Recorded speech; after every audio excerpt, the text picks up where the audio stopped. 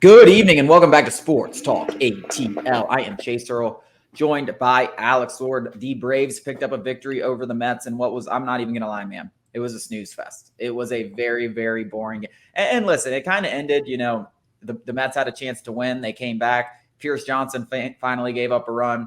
The Braves offense has been almost a little bit lackadaisical outside of Rosario and Ozuna, who we're going to talk about a lot in this segment. Pretty boring game. Bryce Elder, he was okay, but Bryce Elder never really excites you. Like when Max Fried and Spencer Strider's on the mound, or even Charlie Morton, you could have an absolute gem. Even when Bryce Elder pitches well, you're just kind of like, all right, Bryce just went out there, navigated some damage, had a lot of hard work. I mean, he only made it through 90 pitches before Snitker pulled him. But hey, the Braves get a win behind Marcell Ozuna and Eddie Rosario, each hitting home runs. Ozuna's almost at 30. Rosario's now at 20. The Braves have 7 players now at 20 home runs, and they have 5 at 25 with Rosario and Murphy both at 20. So they could become the first team ever with 6 at 25. But let's talk about Rosario and Murphy. I just wrote something this morning about Rosario, who's got a pending option for $9 million. And I think there was a lot. I think I even wrote an article a while ago where I was like, it's like 50-50. Like, we'll see how this ends. I'm now at 100%. Like his option's getting picked up. $1 million, 1 year, $9 million for a guy who can hit 25 plus homers and give you an OPS around 800. Clearly, he's seeing the ball better. And more than anything, as I talked about, the kahunas, the clutch factor. He now has 3 go-ahead homers.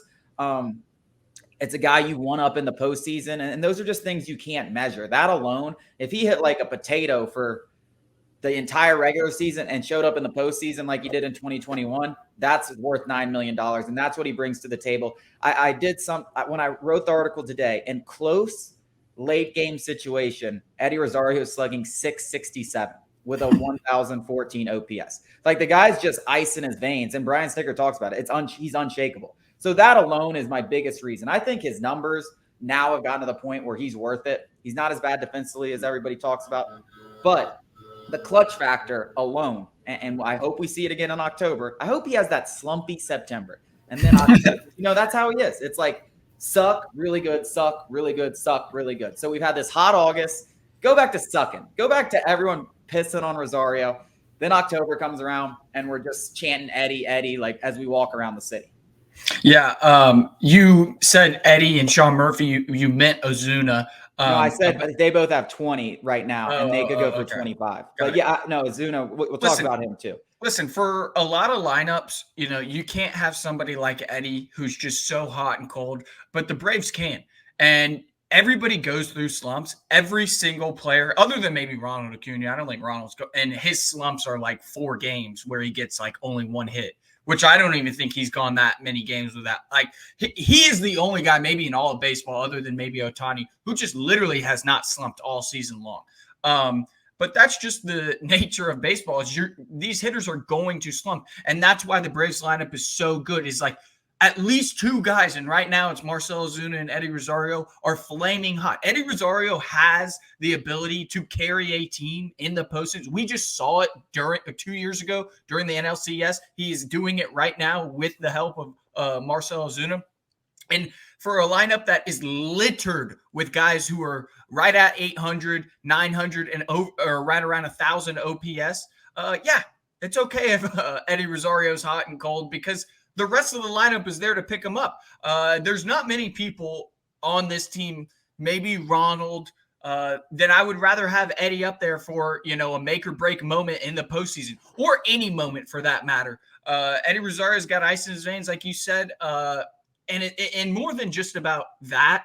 And I always harp on this because I really am a firm believer that locker room presence and clubhouse chemistry is such a big deal in this sport and almost all sports combined. The greatest teams ever may not be the most talented, even though this one is. It's the teams that are closest, that love each other the most. You can see it so often in football where the most talented team doesn't win. It was about the team that came closest together when it mattered. For baseball, it's whoever's hottest when October comes around. And Eddie Rosario provides that in spades. He is beloved in the locker room. He's very, very well liked. I can't say enough about the guy's intangibles. We already know what he provides on the field. But yeah, I think it's almost a no-brainer at this point where $9 million is absolutely being picked up next year.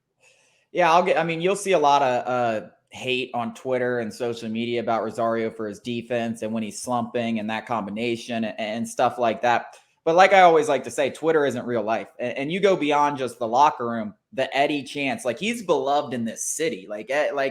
Who else? And I know Eddie's an easy thing to chant, and I know it started in the 2021 World Series, but no one else is up nearly every time up to bat getting chanted for Eddie, Eddie. And he is loved in the city. The people that pay to go to the games that aren't on social media love this guy. So he's loved in the city. He's loved in the locker room. We've seen Marcell Ozuna definitely turn that corner. Obviously, we know what happened in his past, but he's turned that corner to where he is loved by the fan base. And obviously, we know he's loved in the locker room. And I just think those two are your DH and left fielder next year. Obviously, Ozuna's under contract, and they might keep Ozuna for another year after that. Who knows? They have an option on him. Yeah, it makes it very easy for Alex Anthopoulos and company this offseason. I don't want to get too ahead of myself. Obviously, World Series. We want to win a World Series. It doesn't matter anything else but that. But just fast forwarding a little bit, this offseason is going to be relatively easy. Everybody is set in stone.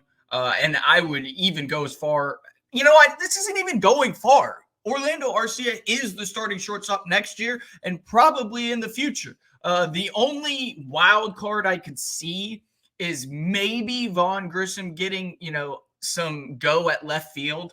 But that's the only wild card for this entire lineup. But I know you disagree. But I saw enough at second base that this guy just might not be an infielder at all. Get him some left field. Get him in the left field. The bat plays, and when you have such a powerful lineup like the Braves, you can give up a little power in left field. With that being said, the only thing the Braves have to do is, tweak the bullpen and tweak the rotation. And if they bring back Charlie Morton, the rotation ain't going to need much. So, yeah, it could be a very quiet offseason. I think the $9 million option is a foregone conclusion. Eddie will be on the team next year. He may be very painful to watch at sometimes, but it makes up for it when he's doing stuff like this and just carrying the entire offense. Also, I agree. I think keep Eddie, keep Ozuna. I do want to say, and I bring it up all the time, and it might just be nostalgia, but all three of those guys that we had in 2021, Duvall, Jock Peterson, and Soler, are going to be free agents at the end of the season. I would love bringing one of them in. And then you have platoon options. Then you have bench options. Then you have even more depth. I think the biggest issue with those guys is I don't know if any of them want to be platoon options, only playing half the season. That's kind of why a lot of those guys left and went for bigger and better seasons. But listen, I would like to bring in maybe a little more depth at the position, just as some security. And those three guys are very attractive to me. Maybe it's not one of those guys. Maybe it's someone else. It doesn't have to be one of those guys. A little more depth and security. Speaking of Charlie Morton, before we wrap up this segment, there was something on Fangraphs talking about him retiring and stuff like that, because obviously a lot of people speculated. And he basically answered with, I don't think about that. And he said the game is going to tell me when I retire. He's like, nothing about my career makes sense. Like his success has started in his mid-30s. Like his last 6-7 years have been when he's had like if you put that over an entire career, like he'd be a Hall of Famer. But before that, he was chopped liver and he wasn't throwing it as hard. And now he's throwing it. Last start that he made, and I think he starts tonight, he had 97. He was throwing average 97 miles per hour on his fastball with that nasty curve. Like, it doesn't make sense that he's doing that at 39. So if he still has that, he's coming back. If you don't like him, I'm sorry. Absolutely. And I was listening to the radio I don't remember what game it was, but obviously, if you're a baseball fan listening to the radio, if you're diehard, you might just listen to the radio and watch the game on mute. But it provides so much insight. You learn so much more about baseball if you just listen to the radio. And I was listening to it, and they told a really cool Charlie Morton story about how he was either a splitter or a sinker pitcher, and then he went to Houston, and they turned him into a fastball curveball guy. And he was telling them, the radio guys, how much more fun it is to be a strikeout guy, and I think I speak for a lot of Braves fans, and, we're glad he changed. Same with the Rays organization, same with the Astros organization. He provided a lot of value for those two. It's just a lot more fun to watch a guy, Spencer Strider, Max Fried, Charlie Morton, like you said, like watching Bryce Elder isn't exactly thrilling. And that's just a cool story. I always recommend listening to the radio if you can. Obviously, you want to watch the actual game. But yeah, you learn about cool things like that. And I fully expect Charlie Morton to be back next year if he wants to. I think that's the only thing. I think the Braves will have him back. It's only a matter if he wants to come back. Well, I mean, it's not a matter of if he wants to come back, if he wants to play baseball. If he can. How about that? If he wants to play baseball, like, because he's like, it's up to the Braves, and the Braves are going to pick up that, I guess it's $20 million, $19 million, whatever it is. Like, it's a club option. So especially with the amount of questions this rotation have, like if you took Charlie Morton out of this rotation this year, the Braves would actually find themselves like maybe where the Phillies are right now. Like he's been that critical. And I know he had a little stretch there after the All-Star break, but for the most part, he's been unbelievably consistent. I mean, I think he's a top 20 ERA in baseball. Like as much as people love to complain about him, he has a top 20 ERA in baseball. And I was watching a podcast, Just Baseball, which is a very good podcast. They're a lot on Twitter and TikTok and stuff like that. I suggest you listen to them. But if you look at this from an outside perspective, they were raving about Charlie Morton and the consistency and everything. And then they were also like, and this is the truest thing ever, is there's a number 3, as far as number 3 starters across the league that you would rather have over Charlie Morton? They were all like, no. Like if he's not 1, he's 2 or 3 because postseason experience, stuff, all of that stuff. He's like one of, if not the best number 3s in all of baseball. And he's definitely been worth 1 year, $20 million this year. And moreover, like find a number 3 with more experience to resonate throughout the rest of the rotation. Year he might not even be a number 3 because if you get Kyle Wright back healthy, you're talking about him as a number 4. I mean, it's only going to get better here for Braves fans. And it's crazy to say that, but it's true. Like it's true. I know we've been this good. We're going to be better next year with full Max Fried, full Kyle Wright. Coming up after the break, we're going to talk about 24/7 sports predictions for the college football playoff and whether we agree with them.